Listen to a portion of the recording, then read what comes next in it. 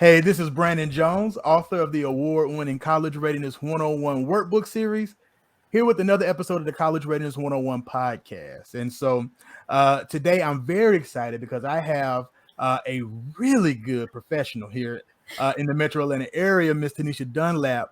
How are you doing, Tinesha? How you doing?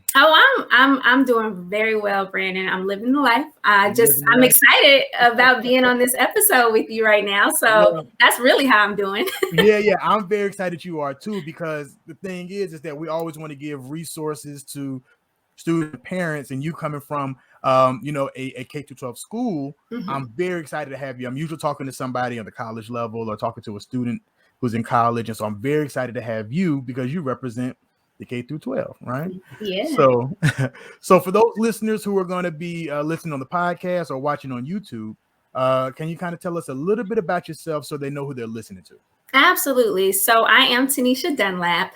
I am a trained licensed master social worker. And so the bulk of my experience has been in the realm of education. And so I have been in the field now for about 10 years. And I started off as a school social worker working for a nonprofit, and then kind of segue into actually the private sector in alternative education. And so that was mainly serving students who, were expelled from their either middle school or their high school. And now I'm currently working at a public high school, serving in the capacity as a coordinator, mainly around student support services. Student support services. Now that I do, recognize, because in my former life, I also on a college campus was kind of the coordinator for student support services, right? So I'm glad to kind of connect with somebody who did that on the K through 12 level. So today's episode is all about educating the entire student, right? Yes. And so you were kind of explaining to me about the pillars of community schooling and kind of this idea is doing for students and families, for those schools who are doing this. So let's get into it. Since this is your area of expertise, kind of tell us a little bit about community schooling and what that means and what your role would be for students and parents. Yeah. So the community school strategy has been around for quite some time, but it's very new to Georgia. Actually, we're actually just starting that this year, and Georgia has kind of renamed the community school strategy as the Whole Child Model School, and so that's kind of what I've been brought in to do. I'm the only one that exists right now in my county, in my district, but we are popping up throughout the Metro Atlanta area. And so what this means is what this Whole Child Model School means is simply that, like really focusing on the whole child. And so while traditionally schools have always done that, we've had social workers, you have counselors, you have your teachers, you have like all these different positions that really focus on students. The coordinator, and like my role, is about bringing it all together, right? Like making sure that we all collaborate and that we all work together and streamline those efforts, that we get away from just operating in silos or separately and duplicating some of the same services and some of the same resources, and actually like aligning them under kind of one umbrella. So that's pretty much my role. So it's about knowing what the students need and then figuring out what resources do we already have at the school level, and then bridging that with also community partnerships. So it's just this well-rounded, comprehensive approach to really serving the student and making sure like they have everything that they possibly need to excel beyond life after high school. So Okay. yeah. All right. So I know that you were kind of explaining to me there were different components, different pillars that are involved with community schooling. And so as I explained to you, I always want to make sure that our students and families are getting something tangible out of this, right? And Right.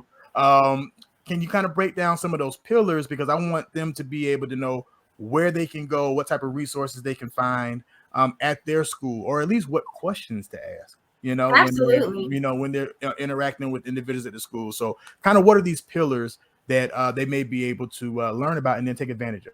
Yeah. So we're really focused on 4 pillars, and that's what really makes up this whole child. And that the first one is academic support and expanded learning opportunities. And then the second one we focus on is the integrated student supports or wraparound services. That is a very common term that most people know.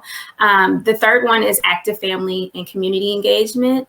And then the fourth one is collaborative leadership. So we just make sure that we are really focused and grounded in those 4 areas as we serve students. So the first one you said was academic support, right? Yeah.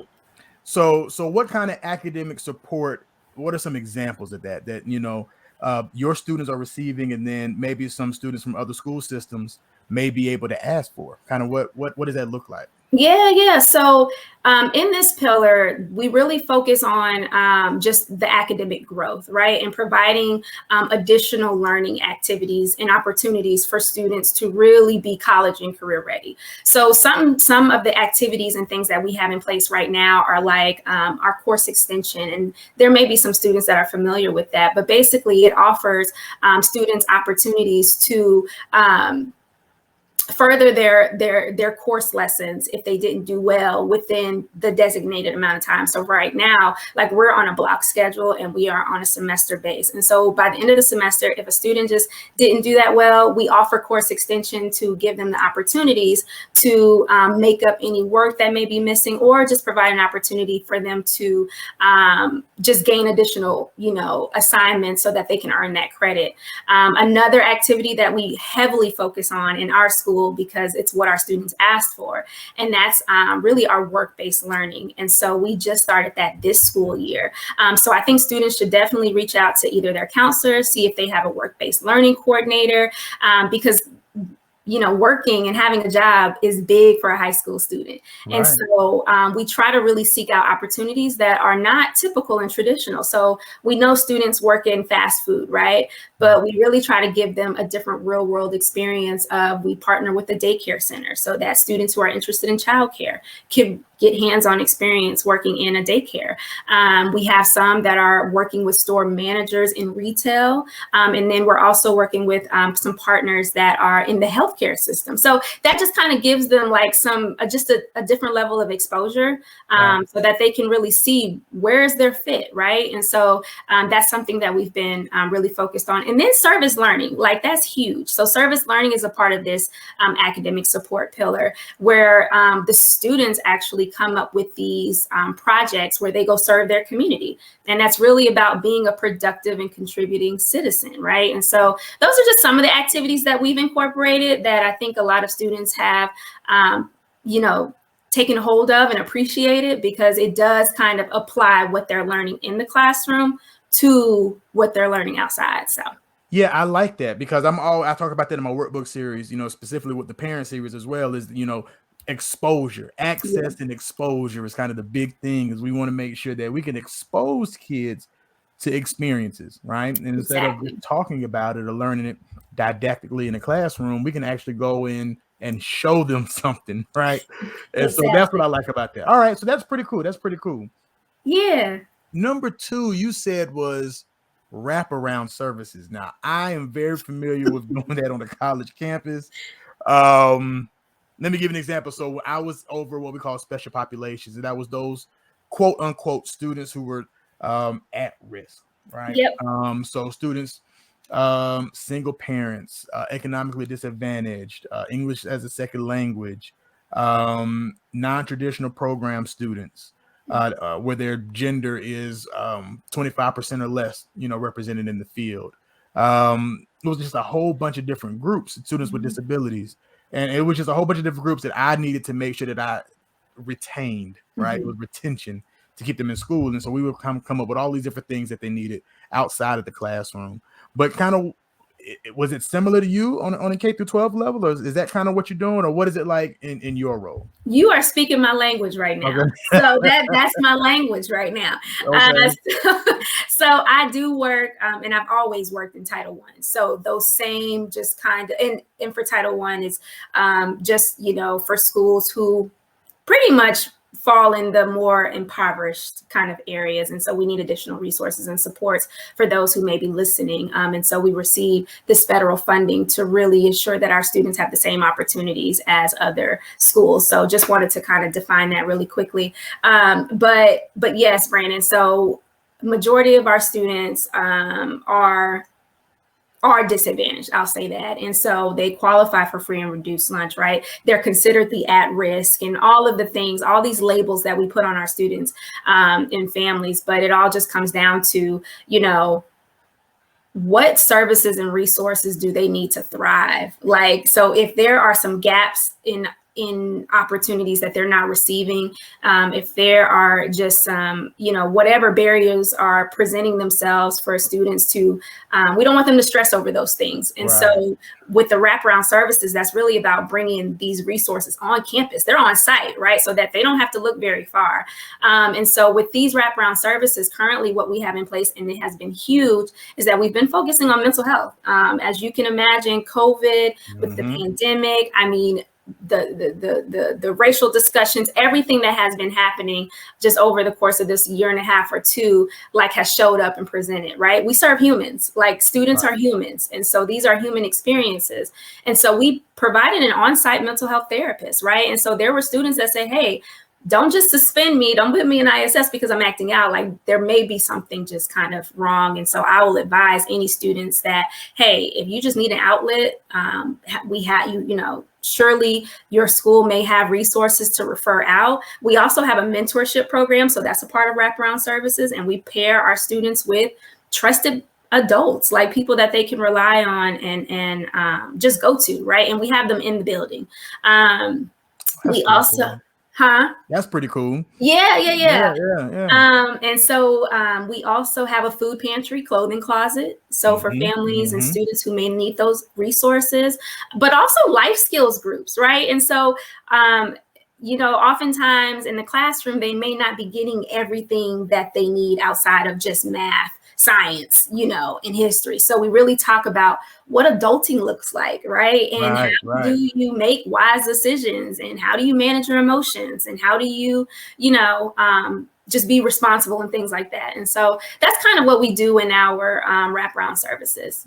I like that. I like that a lot, because we also had a food pantry, a clothing closet. We would provide, you know, MARTA cards, you know, because the thing is, what we found out is that if a student, I don't care if they're high school or college, if at home is not safe, if they're not, you know, fed, if they're not, you know, all of these different things, then you can't come to school and focus on your grades, right? You know, you gotta have those foundational things set so that you can be successful and ready to learn when you get to that classroom. And so I me and you cut from the different cloth in that. So I definitely know what that, I definitely know what you're going through with that. Yeah. So what's number 3? Number 3 in your pillars. What does that look? What is that? Yeah, so that's active family and community engagement. And so this is where we're really intentional about building these relationships with our parents, our guardians, family members. And especially for our school, family is everything to our students, right? Like they live and breathe their family. And so we know that it's important, it's vital. Once parents are really in the fold and really understand like that we need them just as much as they need us to support their student, then it just makes for a beautiful collaboration. And so this is really about getting them involved and getting them to share their voices. And so, for instance, what we currently do is we have an advisory council where we actually have parents who lead that. And this is outside of PTSA. Like, we actually have an advisory council where a parent is a president of that. They lead that. They help us, you know, do needs assessment. They help us like figure out what other parents are needing and going through. They help us plan events. So this is just pretty big in really getting our families involved. And so those are just some opportunities for parents. Hey, there are things that exist at schools. It's just a matter of knowing and finding out what that is and how you can be a part of that. Right. So for the parents, this is so important because, and that's the reason I actually wrote a parent series, is because a student will be with me, you know, for a session or a boot camp or a day or, you know, a college fair, but then they got to go home and kind of regurgitate all of this stuff back to the parents, oftentimes very unsuccessfully, right? And so I wrote a parent series to help parents understand what it is that they need to know when they're preparing for school. And I think that you're kind of in the same vein as you want to make sure that parents are involved, right? Make sure they Absolutely. understand what's going on. And so there are opportunities as long as parents take advantage of it, right? And so Yes. we need parents to be more engaged. Yes, I feel you on absolutely. that in all aspects of that. Okay, pretty Mhm. cool, pretty cool, pretty cool. And you said there was four. So your fourth pillar of community schooling. How do you kind of wrap that up? Yeah, so collaborative leadership, that is the glue to it all, right? And so what this really entails, it's about bringing all perspective and all people to the table. So that includes your students, that includes your parents, that includes your local government, your city Mhm. government, that includes universities. I mean, hospital, everything that surrounds your community and they want to be involved or are partners in that, bring them to the table. So with school, what we've decided is that we are creating a community partnership school, and that's not just going to rest on the shoulders of teachers and leadership. That rests on the shoulders of everybody that attends that school. And so so we've been intentional about bringing our students. They have their own student leadership council. We have parents who have their advisory council, and they all come into the table and help us make decisions. They help us decide, how are we going to provide, what resources do we need to provide, but also what assets do we have at the school? So parents bring in assets. They have expertise. They have jobs and careers that can really support what we're doing. So that's what the collaborative leadership is about. That's what the whole community school is centered and grounded on. It's about collaboration. I like that. I like that a whole lot. And I think that what I'm hearing throughout this whole thing is advocacy, right? Yes. I mean that's what I keep hearing. It's a theme of advocacy. And so I talk to kids all the time and I say, the number one skill that you need, to master by the time you graduate is self-advocacy, but also for parents, they need to be able to advocate for their child as well, right? Yes, and, sir. and just put themselves in a better position. And so I think that what you're telling me today is that community schooling is really just about advocacy and putting students in a better position holistically. Yes, Okay. absolutely. And giving them a position of power. They have voice. And so it's like, how do they utilize that? Okay. And it's not being afraid to utilize it. So, yeah. All right. So students and parents should be talking to the counselors and their graduation coaches and their Yep, the administrators and social the workers, the social. teachers. I mean, make it your business to know what is going on at the school, Okay. and how you can be a part of that. Yep. Okay. I like it. I like it. So those are some good nuggets. Is understanding community schooling and then trying to find out how a student or a parent can actually ask for these resources at their school. Right. Absolutely. That's what I wanted to get out of them. So this was pretty cool. I appreciate these nuggets you gave Yeah. us today. Thank you, Brannon, so much for having me. This No. was an amazing opportunity. No, you were great. You were great. I really appreciate it. And I know that the families who are going to be listening are going to get a lot of good information out of this. And so I just appreciate you for spending just a few minutes with me today. I hope so. I hope that they really did take something from this. So No, they really will. They really will. So let's go ahead and close this one out. If you like what you're hearing and you want to learn more, you can subscribe to this podcast on your favorite streaming platform or on YouTube, College Readiness 101 Podcast. You can also follow me on my social media platforms at College Readiness 101 on Facebook and Instagram. And you can visit my website, collegereadiness101.com, to look at the bookstore and find all of the resources that I have to help students and parents as they make their high school to college transition. And so thank you again, Tinesha, for coming, and we will talk to you next time. thank you.